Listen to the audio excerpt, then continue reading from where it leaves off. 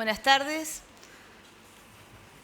En primer lugar, tengo que decir que es para mí un placer recibir al doctor Bompadre, en principio por dos condiciones. La primera es porque cuando lo invitamos en febrero o marzo de este año para integrar, sin condicionamiento alguno, nos dijo que sí. Y eso habla de la nobleza de alguien que tiene una vida dedicada al derecho. Lo segundo es porque la posibilidad que nos dio de que compartiéramos todos estos días aquí en Bariloche, que tanto le tenemos para agradecer, y el doctor nos ha dado muestra cabal no solamente de sus condiciones de derecho, sino sus condiciones personales, quien ha sido muy amable en acompañarnos a lo largo de todo este evento. Gracias, doctor. Y en tercer lugar, voy a hacer la preparación, por lo menos dar lectura del currículum del doctor Bompadre, y los voy a dejar en el uso de la palabra, que seguramente es lo que más les interesa a todos. El doctor Bompadre es vicedecano de la Facultad de Derecho y Ciencias Sociales y Políticas de la Universidad Nacional del Noroeste, profesor titular por concurso de Derecho Penal, parte especial en la Facultad de Derecho y Ciencias Sociales y Políticas de la UNE, doctor en Derecho, Universidad Nacional del Nordeste, doctor en Derecho, Universidad de Sevilla, España, profesor de posgrado, UNE, profesor de posgrado de la Universidad John Kennedy, Buenos Aires, profesor de posgrado en la Universidad Blas Pascal, Córdoba, Argentina, profesor de posgrado, Universidad de Mar del Plata, Argentina, profesor de posgrado, Universidad Nacional de Córdoba, especialista en Derecho Penal, Universidad de Salamanca, España, ex becario del Instituto Nacional de la Administración Pública, Alcalá de Henares, España. Ha hecho estudios de Derecho Penal en la Universidad de Florencia, Italia.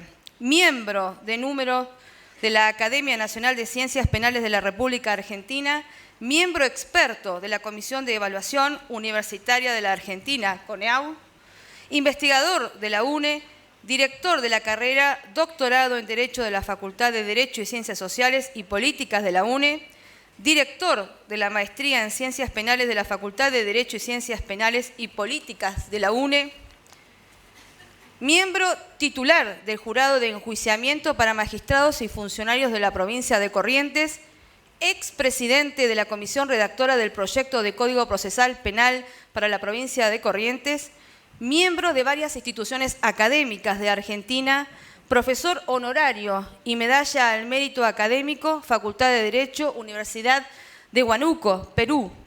Reconocimiento al mérito académico, Facultad de Derecho, Universidad Autónoma de Santa Cruz de la Sierra, Bolivia.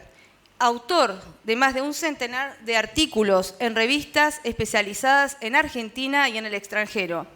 Autor de 27 libros de la especialidad, en el que se destaca su Tratado de Derecho Penal, parte especial en 3 tomos, editorial Astrea, Buenos Aires. Doctor, lo dejamos en el uso de la palabra. Muchas gracias. Bueno, buenas tardes.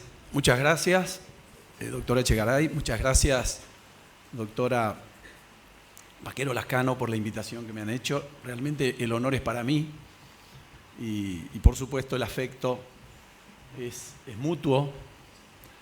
Y me siento muy bien, muy feliz de estar acá en esta hermosa ciudad, realmente una bellísima ciudad, y en estos días de sol que hemos tenido, que hemos aprovechado para disfrutar también la ciudad, porque un poco también de eso se trata. Mucha academia nos puede complicar la vida, ¿no? Entonces, un poco, de vez en cuando, un poco de sol viene bien. Pero así que yo les agradezco sinceramente, el honor es mío, la alegría es mía, y la compartimos en estos días. Pero quiero decir algo más, si ustedes me permiten. Yo quiero felicitar a los organizadores de este evento, de estas jornadas, que son realmente esta capacidad de convocatoria, la gente que está, que es realmente maravilloso, sinceramente. He estado en muchos sitios, en muchas universidades, y pocas veces he visto tanta gente interesada y tanta gente quedarse hasta el final, ¿no? Lo cual nunca es bueno. Una mala estrategia del disertante ser el último, porque ya quedan pocos, pero esta capacidad de tolerancia que tienen ustedes evidentemente supera todas mis dudas, ¿no? Y mis miedos, sobre todo. Y bueno, y felicitar sinceramente, doctora Vaquero, Realmente maravillosa las jornadas que están realizando. Y también felicitar y agradecer públicamente, no quiero dejar pasar esto, a los chicos que están trabajando, ¿no? Que han hecho un trabajo excepcional y nos han atendido de una manera realmente maravillosa.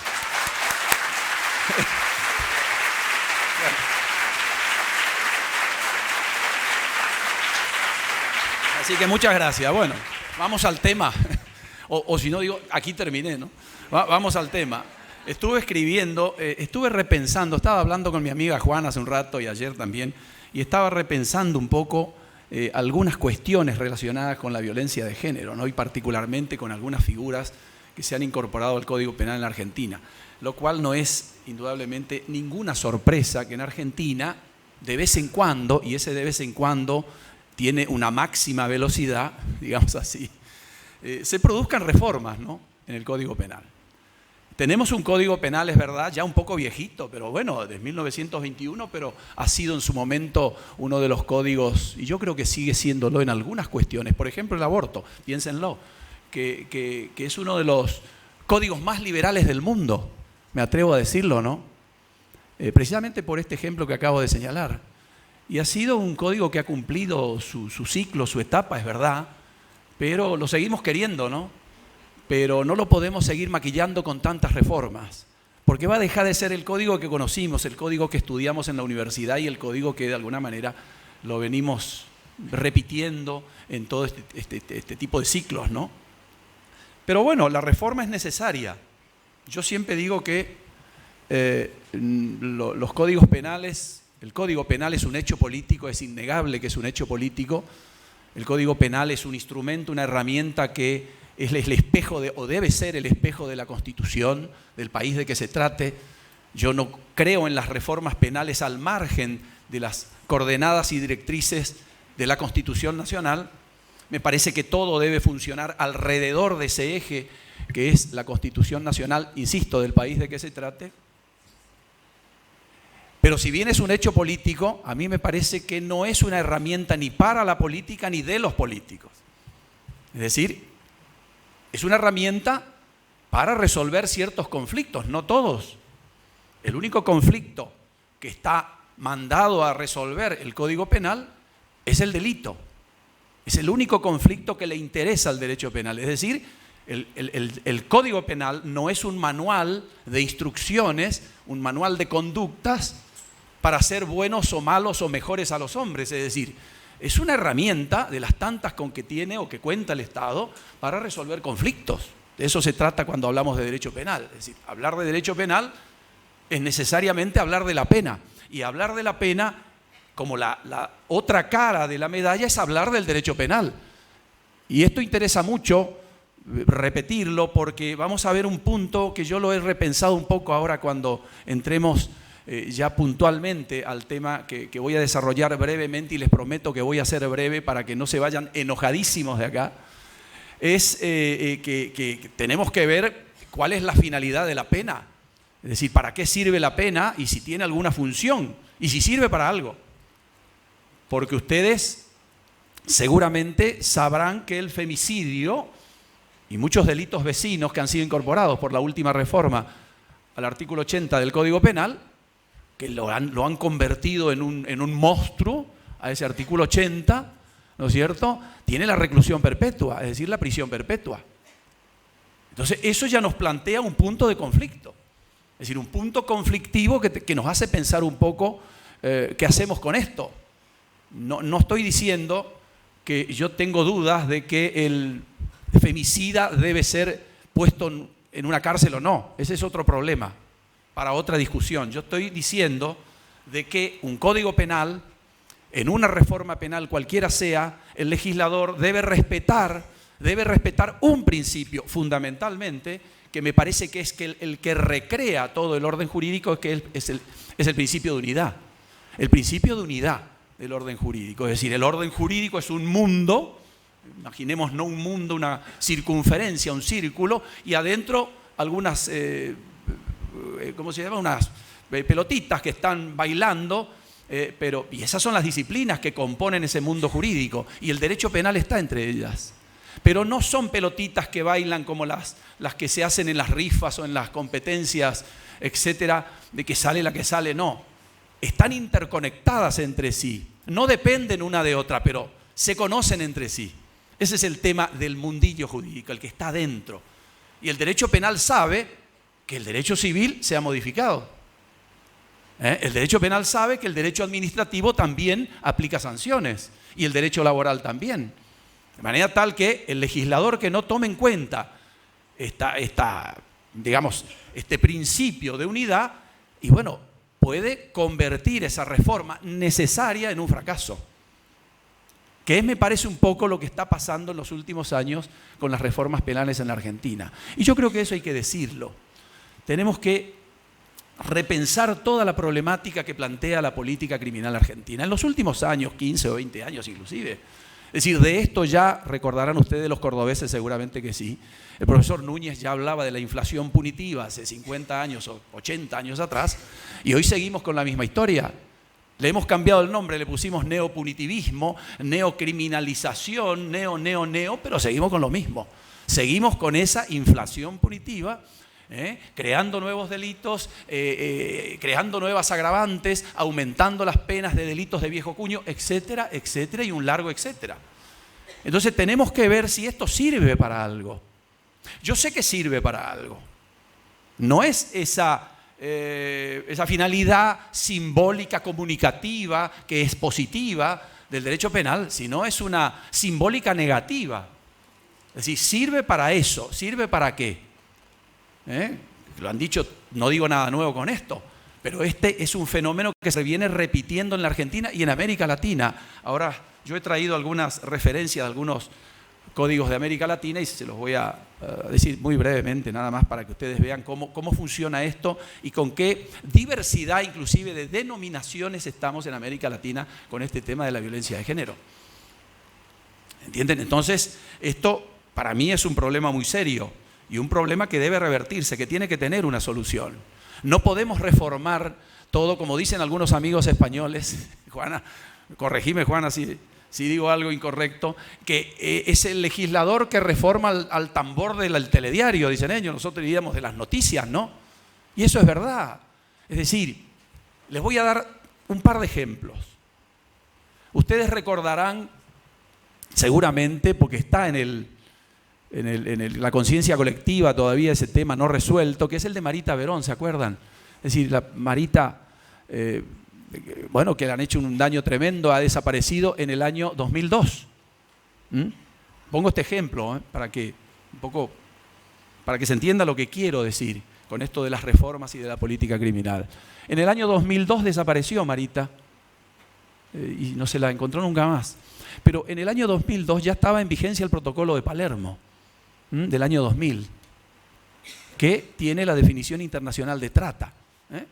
Y la lanzó al mundo para que el mundo recoja esa piedra lanzada al mundo, ese concepto internacional de trata.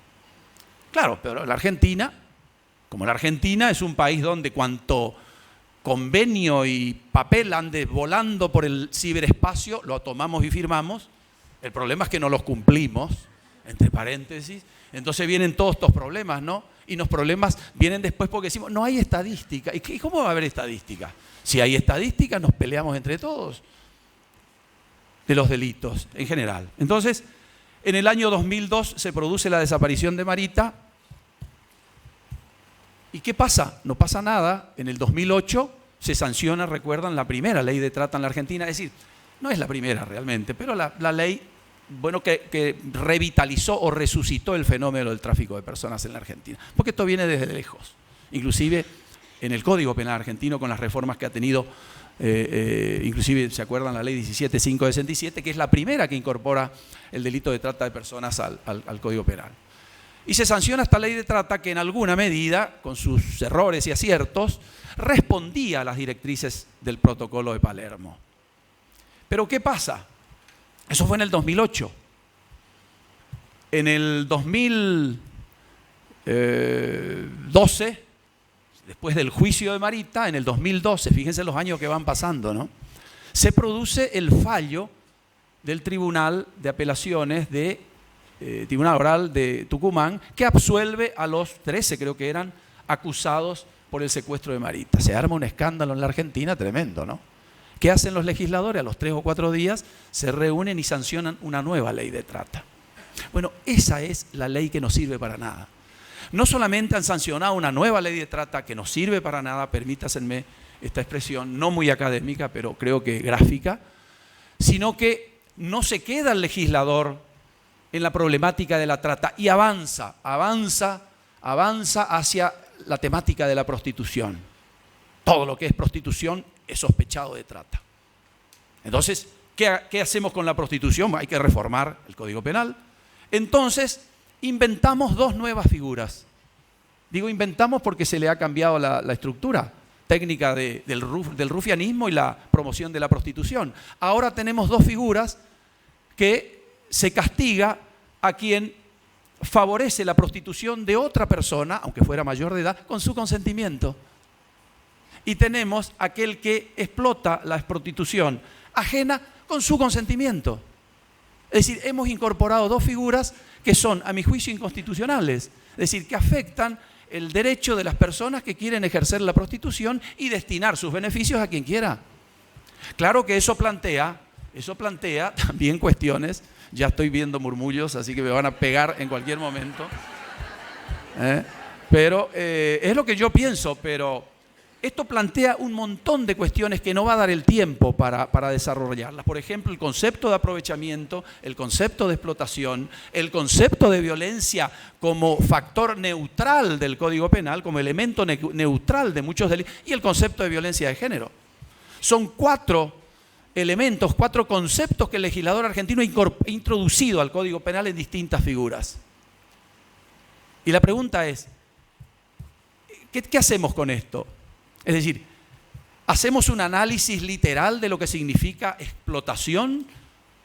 Si ese es el comienzo, el punto de partida del análisis, tenemos que convenir en que explotación entonces es una forma de abuso, de instrumentalización del otro.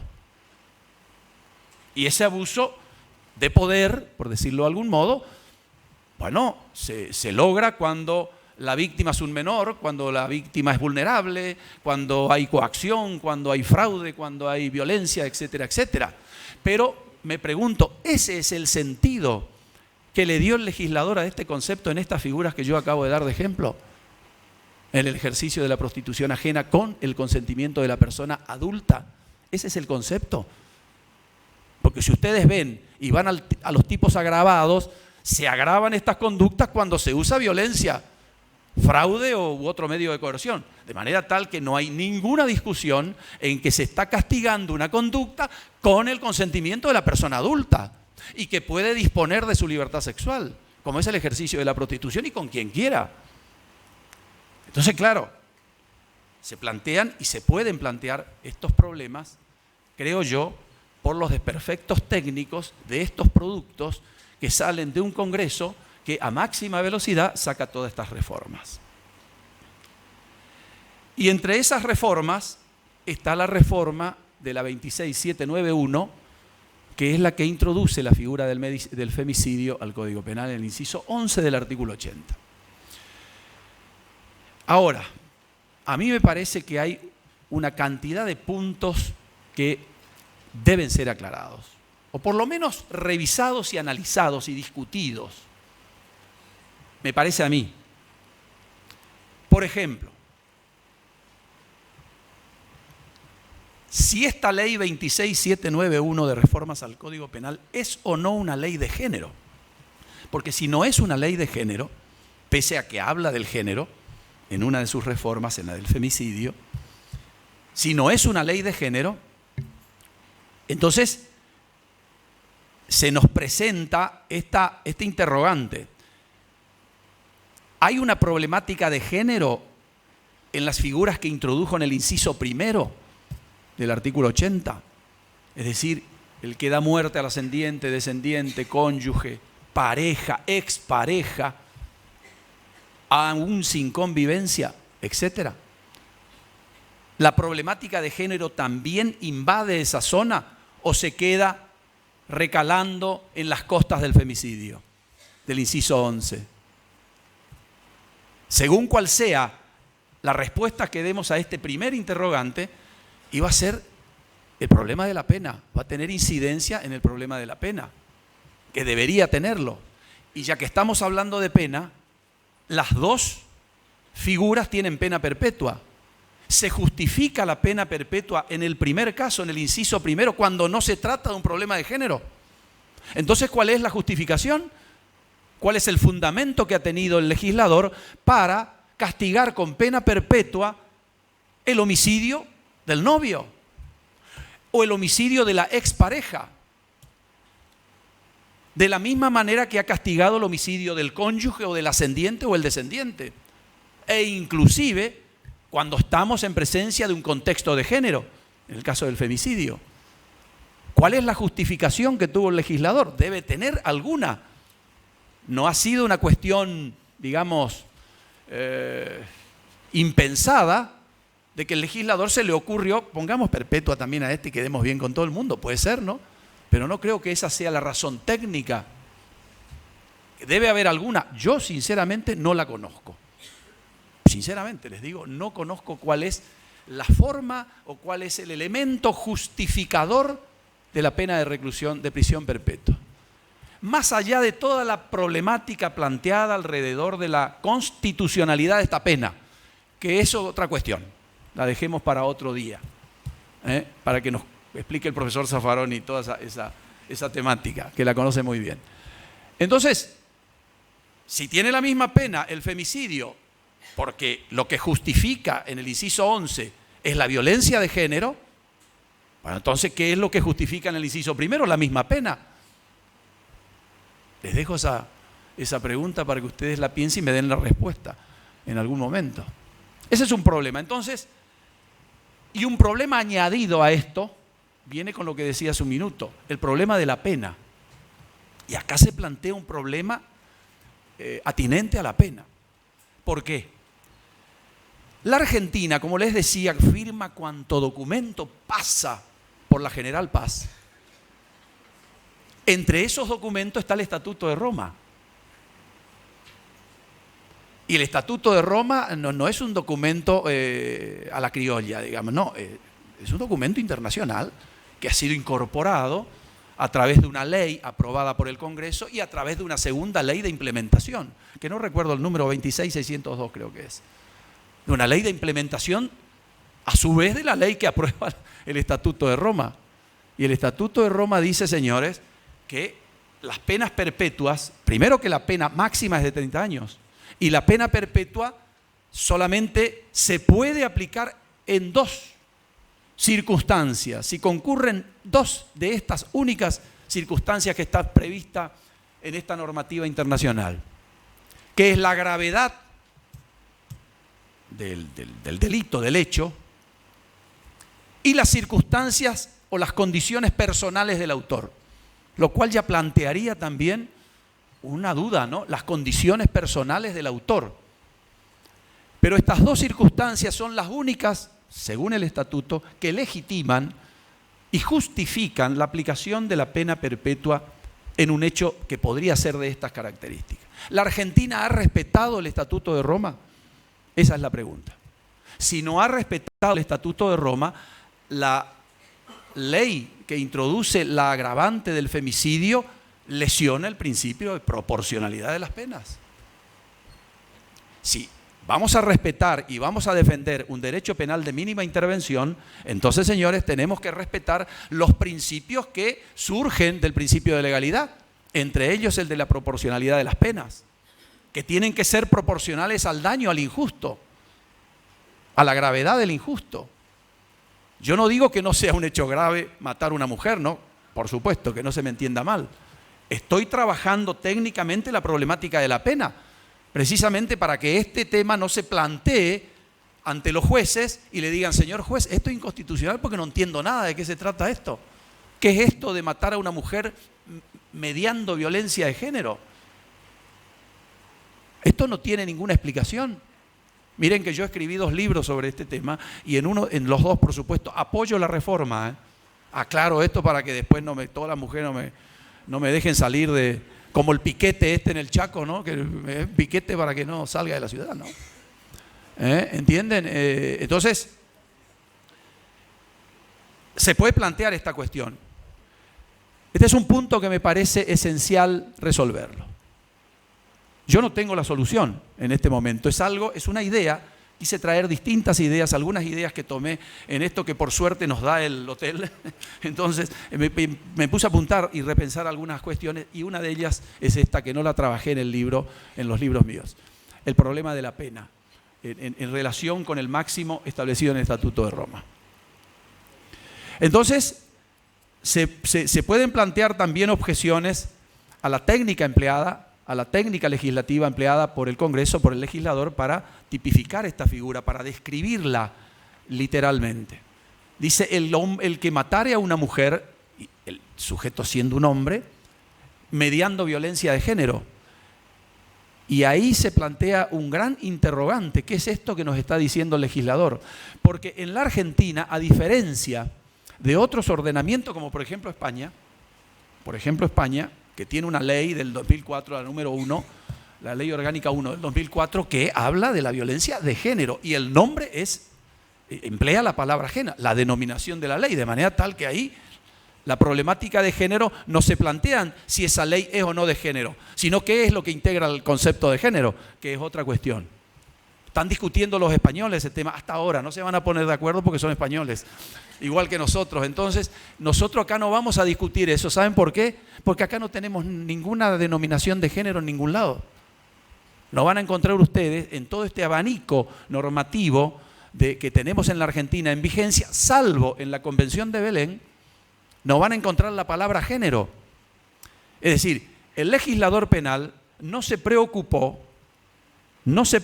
de tener en cuenta ese principio de unidad que muchas veces voy a repetir para que nos acordemos, porque hay muchas cuestiones relacionadas con este principio y que vamos a ir viendo muy brevemente y rápidamente. Entonces, no nos suministró el legislador penal un concepto de violencia de género. No tenemos a dónde ir. Es decir, ¿cómo hacemos para que podamos conceptualizar este elemento, que es un elemento normativo, es un elemento extrapenal? Tenemos que buscarlo en algún lado del mundo jurídico, tenemos que buscarlo, porque es un elemento del tipo penal. Pero ¿dónde está? No tenemos la bolita mágica, ¿dónde está esto? Porque no tenemos una ley de violencia de género. Tenemos una ley de violencia contra la mujer, que pueden ser sinónimos. Puede haber una sinonimia conceptual, es cierto, pero no dice ley integral, etcétera, contra la violencia de género. Dice contra la violencia contra la mujer, que es una cosa distinta, que pueden coincidir, pero es una cosa diferente. Entonces, ¿a dónde nos vamos para poder desentrañar este concepto, este elemento normativo, que el juez va a tener que valorarlo e integrar el tipo, porque es un elemento extralegal, va a tener que bucear en las profundidades del mundo jurídico para poder decir, acá está.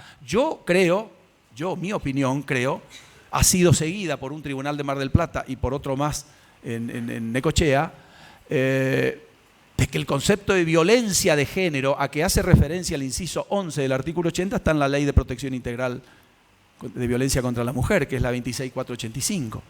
Me parece que es ahí. Y no es una ley de género. Es una ley que se pensó para la mujer, se la sancionó para la mujer, y pensando en la mujer, no en el género opuesto, indudablemente. Porque lo que describe en el artículo 4 de esa ley es el concepto de violencia contra la mujer. No dice violencia de género.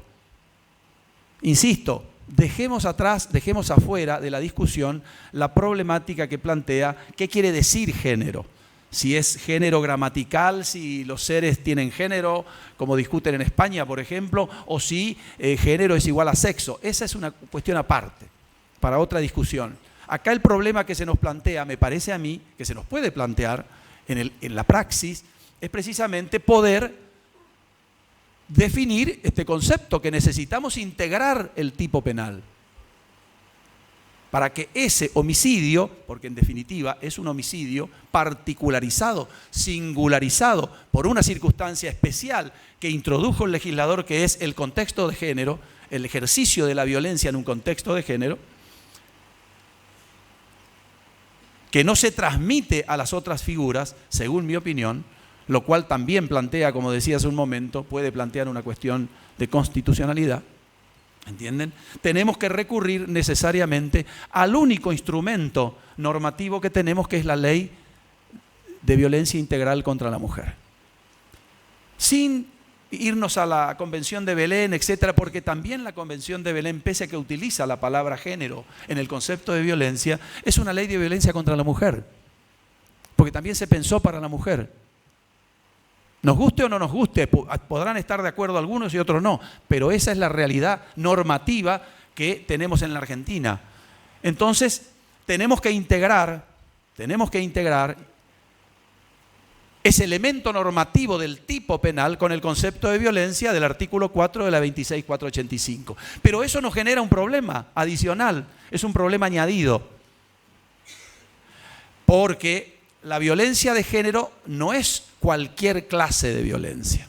Es una violencia que está asociada a ciertos patrones conductuales, culturales, como ustedes quieran, ¿no es cierto?, que como las dos caras de una medalla, de un lado está el ejercicio del poder, la dominación del hombre hacia la mujer, y en la otra cara está la subordinación, el sometimiento de la mujer hacia el hombre.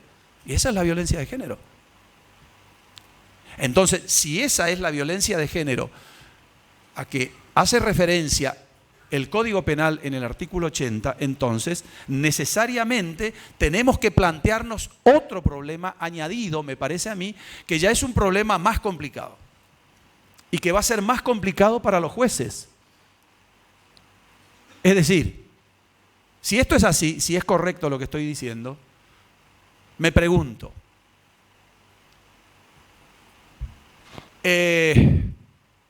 la actitud machista, el motivo discriminatorio a que hace referencia a la ley integral. Los fines de la ley son eliminar el objetivo de la ley, eliminar todas las formas de discriminación contra la mujer.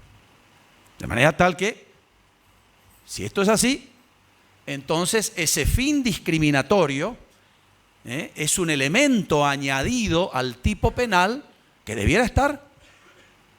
Porque si no fuera así, cualquier muerte de una mujer en cualquier circunstancia sería calificada de violencia de género. Pero la violencia de género no es cualquier violencia. Entonces, como acabamos de decir, tenemos que ir al artículo 4 de la ley integral. Y el artículo 4, entre otras cosas, cuando define, es decir, nos da el concepto de violencia, tiene una frase que me parece la frase central del concepto. Una relación basada, esa conducta violenta, en una relación desigual de poder.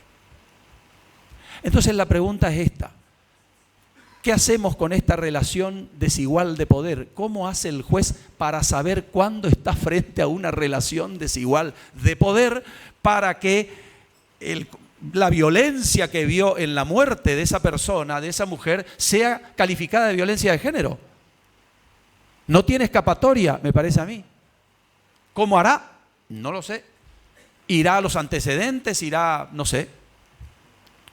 Si la violencia es manifiesta, bueno, o confiesa, lo cual dudo mucho que lo haga, en el caso particular, el autor, el agresor, bueno, yo no sé qué hará el juez para descubrir, es decir, incorporar, el fiscal en todo caso, incorporar ese elemento normativo al tipo.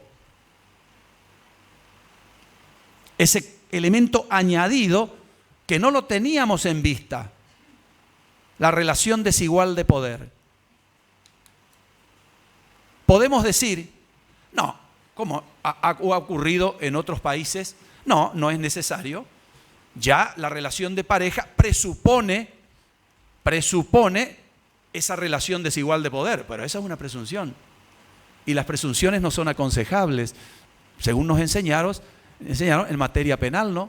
Sobre todo porque afectan el principio de inocencia. Y más aún si es una presunción absoluta. De manera tal que eso no se puede sostener, porque o si no, estaríamos vaciando de contenido el artículo. Todo lo que reformó esta ley en el artículo 80, todo es lo mismo. Es todo lo mismo. Y si es todo lo mismo, ¿para qué hizo un artículo tan largo? ¿Por qué no puso el que mate gente tendrá prisión perpetua y se termina la historia? ¿No es cierto? Bueno, no es cierto. Un poco esto ahora me acuerdo que Zaffaroni lo dijo en un programa, creo que en una entrevista televisiva, dijo, no se puede pensar ni tolerar, ni admitir, ni nada, que haya gente que salga a la calle a matar gente. Yo le diría, no, Raúl, guarda, hay gente que sale a la calle a matar gente, aunque sean los menos, ¿no? Pero bueno, esta es un paréntesis nomás que hago, ¿no? Pero bueno, entonces se dan cuenta cómo vaciamos de contenido un tipo, si no le incorporamos el elemento, digamos, que necesita para integrarse, para perfeccionarse. Porque si vamos a la ley integral, vamos a ver, y a la Convención de Belén también, porque son en ese sentido muy, muy similares, vamos a ver que las diferentes clases de violencia que hay. Hay tantas clases de violencia que ya no sabemos cuál es la violencia de género. Hay violencia psicológica, institucional, patrimonial o económica, violencia sexual, todo, un gran abanico, un escenario enorme de clases de violencia en protección de los derechos de la mujer, a vivir una vida libre de violencia, que me parece absolutamente bueno. Pero tenemos que diseñar las respuestas a toda esta problemática, porque no estamos tratando un caso de violencia, un caso de divorcio civil, sino que estamos trabajando sobre una figura que tiene como pena la prisión perpetua, lo cual no es un tema menor, ¿no? Que tengamos que repensar una cantidad de cosas, no para favorecer al imputado, al agresor, sino para no violar el principio de justicia material, de aplicar una pena perpetua cuando no corresponda. Porque el derecho penal no fue pensado para eso. El derecho penal no soluciona ni arregla la realidad. Para eso están otras alternativas sociales. Para eso hay otros sistemas de control en la sociedad. Fíjense las nuevas reglas del Código Civil, por ejemplo. Hoy los penalistas vamos a tener que repensar de nuevo muchas instituciones, muchas categorías, en función de estas reglas del Código Civil. Es cierto que el Código Penal, el derecho penal es una ciencia autónoma, con todo lo suyo, con sus propias características, que puede no tutelar intereses de otras disciplinas jurídicas, que puede no prestar atención, es mejor que preste, pero puede no hacerlo, para eso tiene autonomía. Pero bueno, en estos casos no podemos tener compartimientos estancos. Entonces, estas nuevas normas, fundamentalmente, seguramente ustedes ya han pensado esta cuestión, de las relaciones familiares, de las problemáticas que hoy presentan las distintas clases de familia que hay, que no había en 1921, a mí me ha hecho repensar la operatividad que hoy tendría, por ejemplo, la excusa absolutoria del 185 en los delitos patrimoniales. Cuando el legislador de 1921, donde la familia era una cueva, donde el patrón era el varón, una autoridad marital vertical, militarizada. Yo llegué a pensar que el legislador del 21 ni siquiera pensó en la familia con esta excusa, pensó en el varón. ¿Qué va a pensar en la familia si eso no era una familia? Era una familia desde el punto de vista normativo, pero del afecto, etcétera, de esas otras cosas que tienen que existir entre las personas, para que podamos hablar de una familia, aunque fueran dos. Bueno, eso yo no sé si puede existir o puede pervivir en una relación convivencial donde una de esas personas es el autor del delito y la otra es la víctima. Entonces yo pienso, ¿qué pasó acá? ¿Sigue siendo una familia esto? Bueno, todo eso va a haber que repensar para no violar este principio de justicia material, para poder, digamos, no diría resucitar, no es la palabra exacta, digamos, consolidar de una vez por todas el principio de legalidad del artículo 18 de la Constitución Nacional. Porque hablamos mucho del principio de legalidad, pero somos muchos también los que violamos el principio de legalidad, con construcciones teóricas equivocadas, construcciones teóricas que no aportan nada, o por lo menos que no estimulan el debate, aunque sean equivocadas. Porque el debate, sobre todo cuando no es precipitado, ayuda a perfeccionar y a corregir las ideas. Absolutamente. Y esta es la idea de mi charla, de lanzar un montón de cosas, que no dije nada todavía, nada bueno, para que ustedes piensen. Entonces, este es el problema añadido que yo veo. La prueba de la actitud machista, es decir, el signo inequívoco en el proceso de la discriminación, el motivo discriminatorio que es el que persigue la ley integral de violencia contra la mujer. Y si esto es así, entonces va a quedar como cualquier otro elemento del tipo, en este caso creo yo, del tipo subjetivo, porque me parece que es un elemento subjetivo que se añade al dolo propio de la figura, me parece a mí, este motivo discriminatorio va a tener que ser probado en el proceso. La carga de la prueba la va a tener que tener el Ministerio Público. Y si eso no se prueba, señores, y lamentablemente va a tener que prosperar algún principio constitucional como el indubio pro reo o cualquier otro. Pero las reglas son así. Las reglas son así. Insisto, para quienes defendemos un derecho de mínima intervención, un derecho penal mínimo con todas las reglas del Estado constitucional de derecho, necesariamente tenemos que pensar así los tipos penales, sobre todo cuando esos tipos penales deben ser aplicados en la práctica. Y aún más cuando se trata de figuras tan graves como esta, ¿no?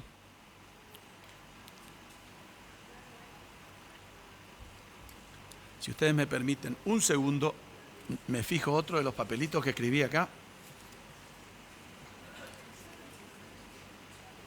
Bien, entonces, nosotros hemos tenido casos paradigmáticos, no solo en la Argentina, sino en el mundo, que han provocado reformas penales. Ustedes recordarán, yo creo, me parece a mí que uno de los primeros casos de violencia de género pudo haber sido el caso de la muerte de Alicia Muñiz, ¿recuerdan? La esposa no sé qué era, pareja del campeón mundial de boxeo Carlos Monzón. Creo que ese pudo haber sido en la Argentina el primer caso, pero no disparó nada, porque en la Argentina no se pensaba en esa época en el tema de la violencia. La violencia se visibiliza, se descubre, entre comillas, no hace mucho tiempo en la Argentina y en América Latina. Claro, pasaron muchos años desde aquella muerte de Alicia Muñiz y se produce en España, por ejemplo, el caso de Ana Orantes, también que se hizo muy famoso que fue a la televisión a denunciar al marido, los malos tratos, la violencia, el marido la esperó, la quemó y se terminó la historia, ¿no? Ese fue el caso dramático y trágico de Ana Orantes, que creo yo que fue un disparador de la reforma, corregime Juana si estoy equivocado, de la reforma del 2004, ¿no? de violencia de género en España. El caso de María da Pena en Brasil, que sí generó la ley que también se llama María da Pena en honor a ella, ¿no? Que quedó cuadripléjica por la violencia de la pareja, ¿no? Y la Corte Interamericana condenó a Brasil, al Estado del Brasil, precisamente por omisión, por no haber hecho lo que tenía que, por no haber respondido a las necesidades y al auxilio que pedía María por ese tema, ¿no? De la violencia. Entonces se sanciona la ley María da Pena, que tiene, a diferencia de la nuestra, un capítulo de disposiciones penales que reforman el Código Penal del Brasil en este aspecto. Y el caso acá en la Argentina, ¿cuál fue? El de Wanda Tadei, me parece a mí. Fue un caso paradigmático, es decir, conocemos todo, el de los callejeros, la mujer del baterista de la banda musical, ¿no? Que bueno, ya saben ustedes el resultado. Pero fíjense cómo funciona la política criminal en estos casos. ¿Recuerdan ustedes el caso de Carla Figueroa? De acá cerca, ¿no? Creo que Neuquén me parece que fue. La Pampa, perdón, tienen razón, La Pampa. El caso de Carla, ese caso fue un caso tremendo desde el punto de vista material, desde el punto de vista físico, pero produjo la inmediata respuesta de los legisladores haciendo ¿qué? Derogando el avenimiento. Lo que poco tiempo atrás habían aplaudido todos los sectores de la Argentina, no solamente los legisladores, y ha tenido comentarios favorables la cuestión del avenimiento con el imputado en un delito sexual, resulta que acá rápidamente derogan porque el avenimiento no servía para nada, sino para matar gente. Diciéndolo muy crudamente. Entonces, esta política errática en la Argentina de idas y venidas es lo que me parece a mí que no contribuye a que los tipos penales salgan, digamos, no digo perfectos, pero salgan con una técnica legislativa, con una descripción que no afecte el mandato de determinación. Es decir, que sean precisos, que sean claros, para que el ciudadano sepa qué es lo que está prohibido y qué no. Esto es algo básico en esta materia. El principio de taxatividad penal es impostergable. Entonces, me parece a mí, señores, yo en realidad quería hablar un poquito más, pero bueno, discúlpenme. Lo dejamos. No importa. No, tienen razón porque se tienen que ir todos, yo también. En lugar de dejarle 5 minutos, 10 No, minutos. 5, está bien, No, discúlpenme. Pero les decía que es grande el papel este, ¿eh? ¿Cómo es? Y les decía que tenemos que dejar de pensar, me parece a mí, vamos a hacer una reflexión más pedagógica que penal, tenemos que dejar de pensar, me parece a mí, en que el Código Penal resuelve todo. Esa fascinación que tienen los políticos y todos nosotros por el derecho penal, la novia de todos los días, es que se nos soluciona todos los problemas, no es posible seguir con esa cantinela. El derecho penal no soluciona nada. El derecho penal actúa sobre los efectos, sobre los resultados, no sobre las causas. Hay otras herramientas alternativas que son las que tienen que funcionar en este país y en los demás, porque si no, se produce esta avalancha de reformas penales como la que está padeciendo en este momento América Latina y también Europa. Europa no tenía el problema del femicidio, sino otros. Terrorismo, inmigración ilegal y un montón. Pero el femicidio. Pero sin embargo, ahora Italia, fíjense, ¿no? Qué buena denominación. Le dicen a Italia la México de Europa, por la cantidad de femicidios. Y en el 2013, Italia sanciona la ley de feminicidio. Y ahí ya se nos presenta hasta un problema terminológico. Y en América Latina pasa lo mismo. Vamos a tener una cantidad de países que hablan del feminicidio. Un invento de Lagarde en México, una creación que no me parece mala, pero excesivamente amplia como para abarcar ya no solo la muerte de la mujer, sino cualquier cosa que le afecte, inclusive hasta la salud. Yo entiendo que la ley la ley de reforma, la 26791 de la Argentina, es una ley reduccionista, porque fíjense ustedes, solamente se ocupa de la muerte de la mujer y no de otro tipo de resultados, que a lo mejor son los más frecuentes: la coacción, la amenaza, el castigo físico de la persona. Pero esa no va a ser una problemática de género para la ley penal, porque no tiene una pena añadida. Ni siquiera tenemos en el Código Penal, como algunos códigos extranjeros, y tenía el proyecto Zaffaroni, por ejemplo, una agravante genérica que podría ser el que matare o pegare o insultare, etcétera. Una mujer tendrá tal pena, supongamos, ¿no? Cuando lo quisieron hacer así, se enojaron todas las mujeres de Argentina. ¿Cuándo ocurrió eso? Con la ley de secuestros. ¿Se acuerdan? La ley de secuestro del paquete Bloomberg, pusieron la agravante cuando se trate de una mujer. ¿Y quiénes protestaron? Las mujeres. Dice, pero esto es una falta de respeto. Una falta de respeto. Nosotros no somos unas tontas que el Estado tiene que venir a cuidarnos. Entonces, ¿saben qué hicieron los legisladores? Pusieron mujer embarazada. Y ahí se tuvieron que callar todas, porque ya había otra cosa de por medio, ¿no? Y se terminó la historia, el cuento chino terminó. ¿Y se solucionaron los secuestros? No. ¿Por qué no pasa por ahí?